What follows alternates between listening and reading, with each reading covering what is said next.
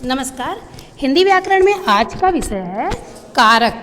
कारक किसे कहते हैं, कारक के कितने भेद हैं, या कारक के जो परसर्ग हैं अथवा जो चिन्ह हैं वो उनके बारे में हम आपको बताएंगे। कारक के चिन्हों के बारे में बताएंगे और कारक के भेद के बारे में बताएंगे तथा कारक किसे कहते हैं इसके बारे में इस वीडियो में हम आपको बताएंगे। पहले आप देखिए कि कारक किसे कहते हैं। पहले आप ये जान लीजिए कि कारक किसे कहते हैं। तो संज्ञा या सर्वनाम के जिस रूप से उसका संबंध वाक्य में आए अन्य शब्दों से जाना जाए उसे क्या कहा जाता है, उसे कारक कहा जाता है। तो कारक का संबंध बताने वाले जो चिन्ह होते हैं या जो परसर्ग होते हैं उन्हें कारक का चिन्ह कहा जाता है। जो कारक का संबंध बताते हैं चिन्ह उन्हें कारक का चिन्ह कहा जाता है। अब यहाँ देखिए कुछ उदाहरण दिए गए हैं। रीना ने पत्र पढ़ा, कृष्ण ने अर्जुन को समझाया, कौवे ने चोंच से रोटी पकड़ी, ठीक है, और रोहन ने उसके लिए पुस्तक खरीदी, वृक्ष से पत्ता गिरा, हामिद ने मिट्टी का खिलौना खरीदा, तेंदुआ घर में घुस गया। तेंदुआ कहाँ घुस गया, घर में घुस गया। हे बालक मैं तुम्हारा शिक्षक हूँ। अब यहाँ देखिए ध्यान देने की बात है कि इन वाक्यों में संज्ञा सर्वनाम का अन्य शब्दों के साथ कुछ ना कोई संबंध है। संज्ञा या सर्वनाम शब्दों का अन्य शब्दों के साथ कोई ना कोई संबंध है इन वाक्यों में। जैसे देखिए रीना ने पत्र पढ़ा, अब यहाँ संबंध है किसने पत्र पढ़ा, तो पत्र किसने पढ़ा, रीना ने पढ़ा। कृष्ण ने किसको समझाया, तो कृष्ण ने अर्जुन को समझाया। कौवे ने किससे रोटी पकड़ी, तो कौवे ने चोंच से रोटी पकड़ी।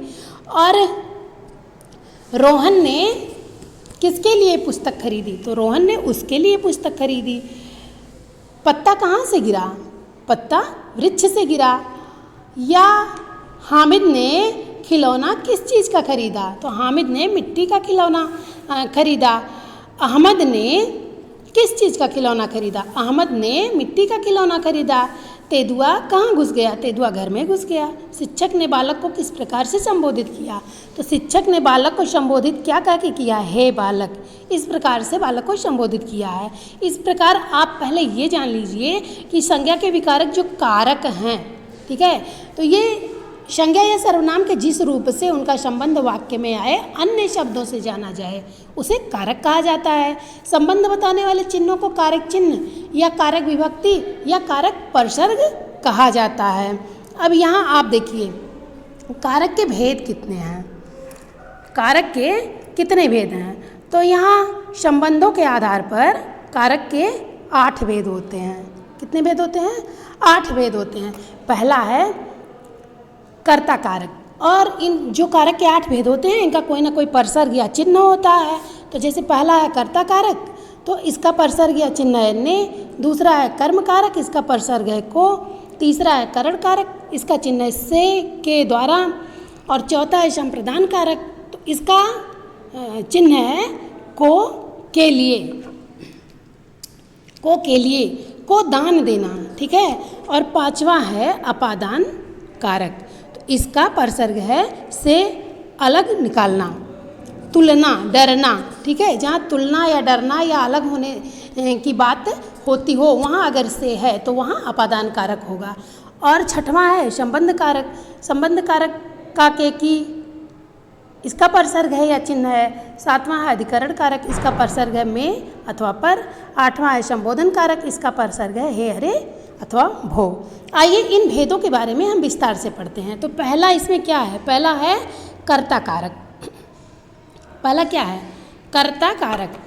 तो कर्ता कारक का जैसा कि हमने परसर्ग बताया ने, ठीक है। वाक्य में संज्ञा या सर्वनाम के जिस रूप से कार्य करने वाले का बोध हो उसे कर्ता कारक कहा जाता है। इसका परसर्ग ने है।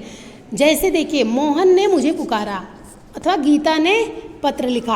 अब यहाँ आपको ध्यान क्या देना है, कभी कभी कर्ता के साथ ने परसर्ग प्रयुक्त नहीं होता है। कभी कभी ऐसा होता है कि कर्ता के साथ जो उसका चिन्ह है ने वह प्रयोग में नहीं आता है, वह प्रयुक्त नहीं होता है।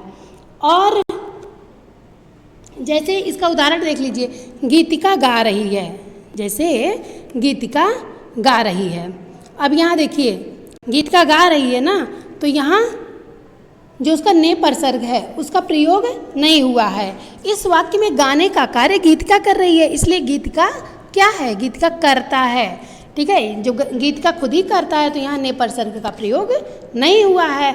अब जैसे मैं, हम, तुम, आप, वह और वे सर्वनाम शब्दों के साथ ने परसर्ग जुड़ जाता है, तब उनका रूप क्रमशः मैंने, हमने, तुमने, आपने, उसने और उन्होंने हो जाता है। और दूसरा कारक क्या है, दूसरा है कर्म कारक। दूसरा क्या है, कर्म कारक। तो कर्म कारक का परसर्ग या चिन्ह क्या है, कर्म कारक का चिन्ह है को। वाक्य में जिस संज्ञा या सर्वनाम पर कार्य का प्रभाव या फल पड़ता है उसे कर्म कारक कहा जाता है। इसका परसर्ग को है, जैसा मैंने आपको बताया है।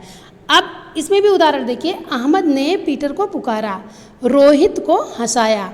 अब यहाँ ध्यान दीजिए, ध्यान देने की बात क्या है कि कभी कभी वाक्य में कर्म के साथ को परसर्ग प्रयुक्त नहीं होता है। जैसे रागिनी नाच दिखा रही है, इस वाक्य में दिखाने का प्रभाव नाच पर पड़ रहा है, इसलिए नाच क्या है, नाच कर्म है। नाच कर्म क्यों है, चूँकि दिखाने का प्रभाव जो पड़ रहा है वह नाच पर पड़ रहा है, इसलिए नाच क्या हुआ, कर्म हुआ। मैं, हम, तुम, आप, वह और वे सर्वनाम शब्दों के साथ को परसर्ग जुड़ जाता है। जहाँ मैं, हम, तुम, आप, वह और वे सर्वनाम शब्द होते हैं, उनके साथ क्या होता है, को परसर्ग जुड़ जाता है, तब उनका रूप क्रमशः मुझको, हमको, तुमको, आपको, उसको और उनको हो जाता है। सर्वनाम का रूप को जो होता है वह परसर्ग रहित भी होता है, जैसे मुझे, हमें, तुम्हें, उसे, उन्हें। ठीक है, इस प्रकार यहाँ परसर्ग रहित भी हो सकता है। तीसरा है करण कारक। करण कारक का जो परसर्ग है या चिन्ह है वह क्या है, से। ठीक है, वाक्य में जिस संज्ञा या सर्वनाम की सहायता से कार्य संपन्न होता है उसे करण कारक कहा जाता है। जिसकी सहायता से कार्य संपन्न होता है किसी वाक्य में, वहाँ करण कारक होता है। इसका परसर्ग चिन्ह हमने आपको बताया है कि से होता है। अब जैसे देखिए, उसने पेंसिल से चित्र बनाया, किसने पेंसिल से चित्र बनाया, उसने पेंसिल से चित्र बनाया। अथवा शिवाजी ने तलवार से वार किया, शिवाजी ने किस चीज़ से वार किया, तलवार से वार किया। जैसा कि हमने आपको परिभाषा में बताया है कि वाक्य में जिस संज्ञा या सर्वनाम की सहायता से कार्य संपन्न होता है उसे करण कारक कहा जाता है। इसका परसर्ग या इसका चिन्ह जो होता है वह क्या होता है, से होता है। अब चौथा देखिए, संप्रदान कारक। जिस संज्ञा या सर्वनाम के लिए कार्य किया जाए उसे संप्रदान कारक किया जाता है। जिसके लिए कार्य किया जाता है वाक्य में उसे क्या कहा जाता है, संप्रदान कारक कहा जाता है। इसके परसर्ग जो हैं, इसके जो चिन्ह हैं वह को अथवा के लिए हैं। जैसे देखिए उदाहरण में आप देख लीजिए, मारिया ने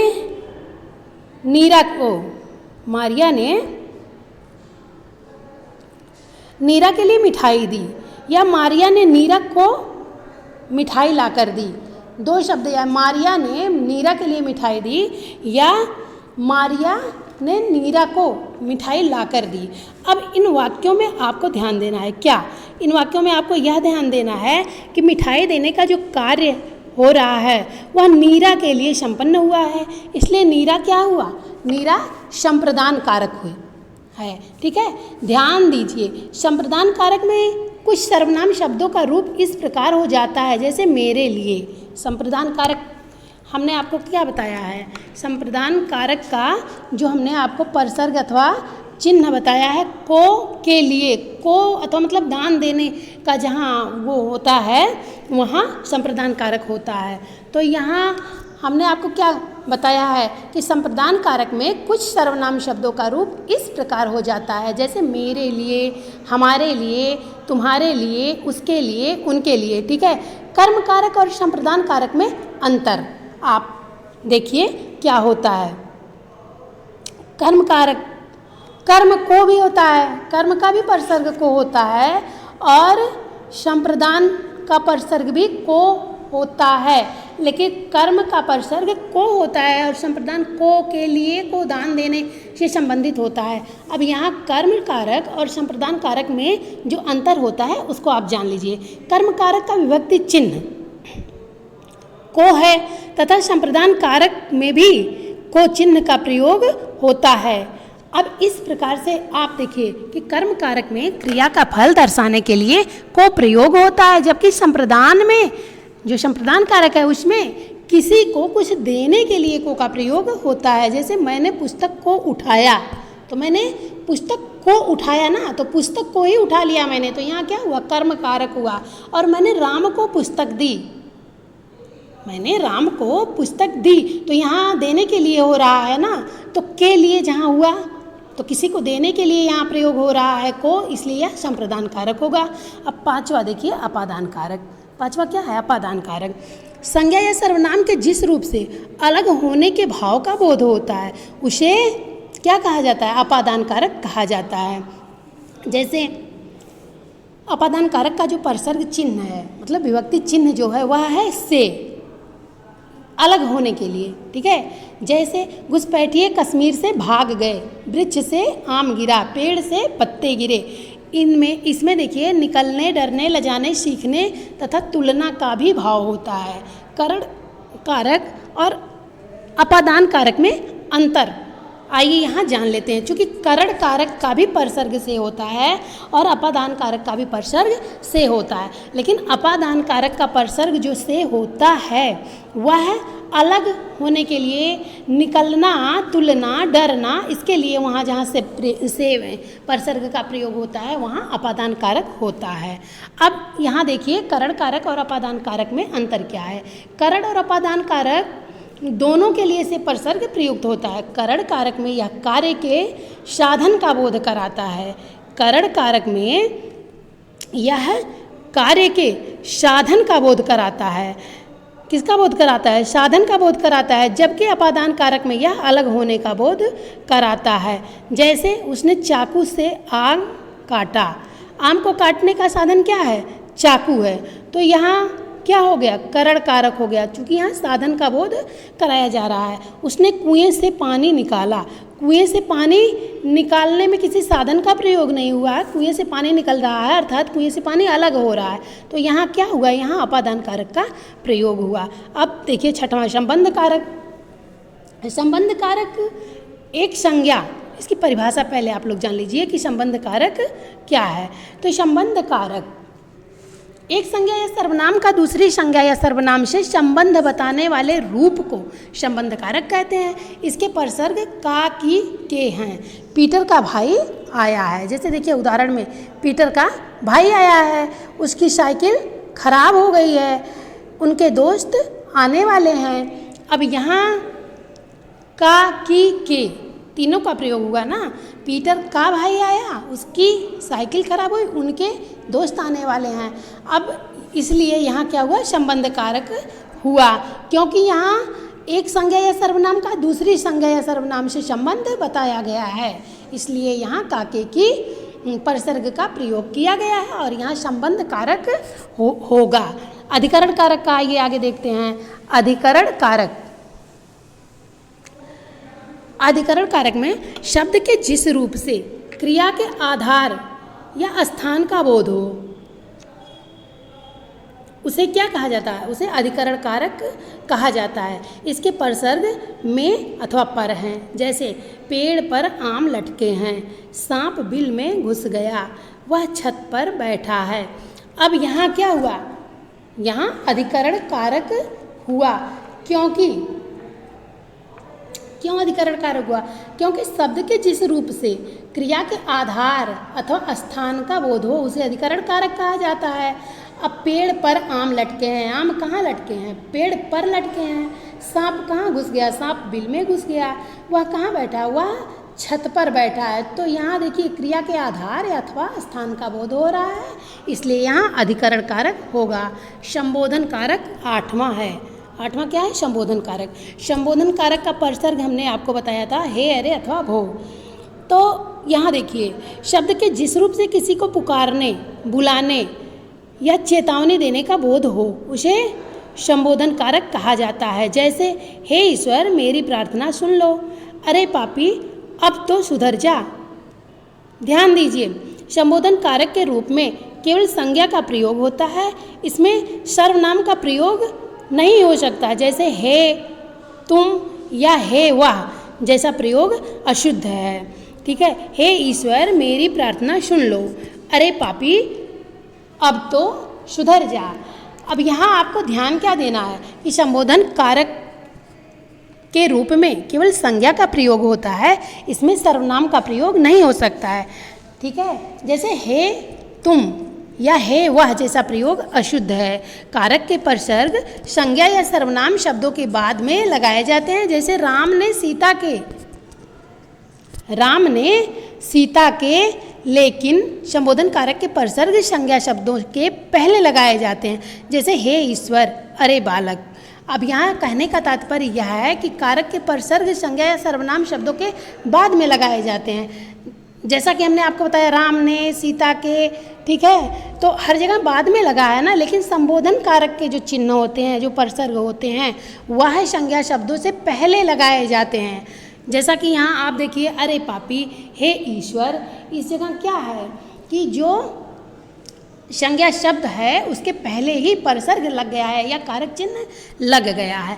अब यहाँ विशेष में आपको ध्यान देने की बात है बच्चों कि कारक का काम संज्ञा या सर्वनाम के उस रूप का बोध कराना है जिसका संबंध क्रिया से होता है, लेकिन संबंध कारक और संबोधन कारक में संज्ञा या सर्वनाम का सीधा संबंध क्रिया से ही नहीं होता है। अतः कुछ विद्वान इन्हें कारक का भेद नहीं मानते हैं।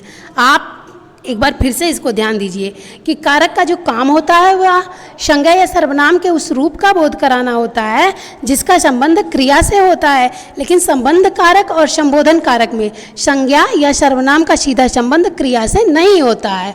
अतः कुछ विद्वान इन्हें कारक का भेद नहीं मानते हैं। वैसे आपके हिंदी में 8 प्रकार के कारक हैं, कारक के भेद में आप 8 कारक को पढ़ेंगे। ठीक है, अब इस पाठ पर आधारित कुछ अभ्यास कार्य के प्रश्न हैं, उनको आप देख लीजिए।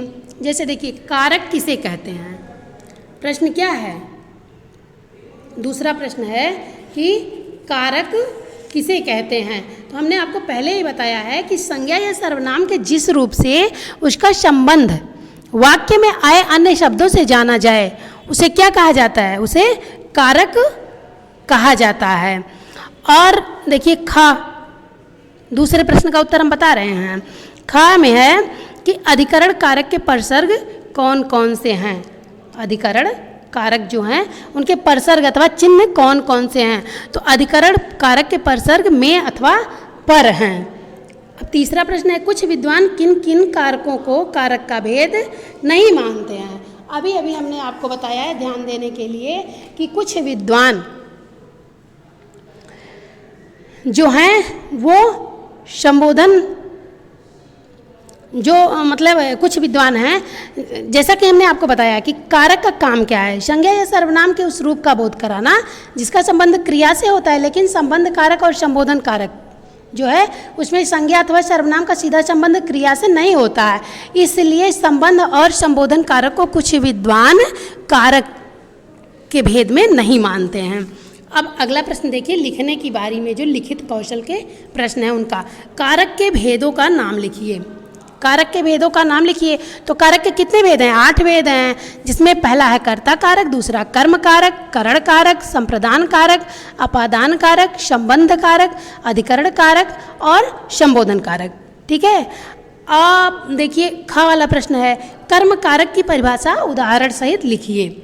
तो वाक्य में जिस संज्ञा या सर्वनाम पर कार्य का प्रभाव या फल पड़ता है उसे कर्म कारक कहा जाता है। इसका जो परसर्ग अथवा चिन्ह है वह को है। जैसे राम ने रोहन को पुकारा और कृष्ण ने अर्जुन को समझाया। इस प्रकार 2 उदाहरण हमने आपको बताया है। गा वाला प्रश्न है, संप्रदान कारक की परिभाषा उदाहरण सहित लिखिए। संप्रदान कारक की परिभाषा आपको उदाहरण सहित लिखना है। अब देखिए, जिस संज्ञा या सर्वनाम के लिए कार्य किया जाए उसे संप्रदान कारक कहा जाता है। इसके परसर्ग को के लिए हैं। जैसे मारिया ने मीरा के लिए मिठाई दी या मारिया ने मीरा को मिठाई लाकर दी। ठीक है, इस प्रकार से अब नीचे देखिए दूसरा प्रश्न है। दूसरा प्रश्न क्या है, इन पंक्तियों में से परसर्ग वाले शब्दों को रेखांकित कीजिए और उनका कारक भेद लिखिए। तो पंक्ति क्या है, बंदूक से निकली गोली, बंदूक से निकली गोली में कौन सा कारक है? ठीक है, यहाँ जो से है, से परसर्ग अथवा चिन्ह जो है वह कौन सा कारक है? तो अपादान कारक है, क्योंकि बंदूक से गोली निकल चुकी है। मीना कैंची से कपड़े काट रही थी, तो यहाँ किसी चीज़ के बारे में बताया जा रहा है, किसी वस्तु के बारे में यहाँ परिचय कराया जा रहा है। कैंची से कपड़े काट रही थी, इसलिए यहाँ करण कारक होगा। अब मजदूर बिहार से पलायन नहीं कर रहे हैं, यहाँ अपादान कारक होगा। यशोदा ने बालक कृष्ण को गले से लगा लिया, यहाँ क्या होगा? यहाँ करण कारक होगा। और आगे देखिए तीसरा प्रश्न है, परसर्ग विभक्तियों का प्रयोग करते हुए नीचे लिखे कारकों से वाक्य बनाइए। कारक क्या है? कर्ता कारक, संबंध कारक और अधिकरण कारक। कर्ता कारक जैसे रोहन ने खाना खाया, देखिए यहाँ क्या है? रोहन ने खाना खाया। और खा में क्या है? संबंध कारक, तो मोहन का घर दिल्ली में है। संबंध कारक का परसर्ग क्या है? चिन्ह क्या है? का।